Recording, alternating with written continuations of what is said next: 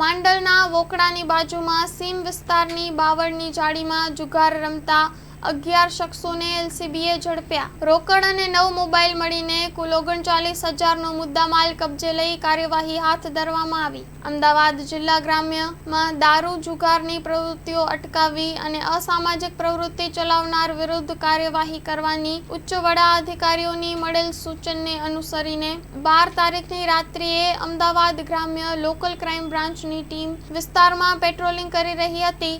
જે દરમિયાન head constable અને પોલીસ કોન્સ્ટેબલને બાતમી મળેલ કે માંડલ પોલીસ મથકની હદ વિસ્તારમાં વોકડાની બાજુમાં આવેલ એક સીમ ખેતરમાં બાવળની જાળીમાં કેટલાક ઇસમો દ્વારા ખુલ્લી જાહેર જગ્યામાં ગંજીપાના પૈસાથી હાર જીતનો જુગાર રમાડી રહેલ છે। જે આધારે હકીકતવાળી જગ્યાએ જઈ એલસીબીએ છાપો મારતા મોહમ્મદ નાગોરી, સચિનભાઈ પાધરૈયા, ભાવેશ પરમાર, ગલાભાઈ રાવલ, અયુબભાઈ વેપારી, કાંતિભાઈ ભરવાડ, કરીમખાન બલોચ, મહેબૂબભાઈ પરમાર, ફકીર મોહમ્મદ વેપારી, મયોદીન બેલીમ અને ઇસ્માઇલ કછોડની અટકાયત કરીને અંગઝડતીમાંથી 26,030 રૂપિયા તેમજ જુગારના દાવ ઉપરથી 580 રૂપિયા અને 9 નંગ મોબાઈલ મળીને કુલ 39,000નો મુદ્દામાલ કબજે લઈ એલસીબીએ ફરિયાદ નોંધી કાર્યવાહી હાથ ધરી છે।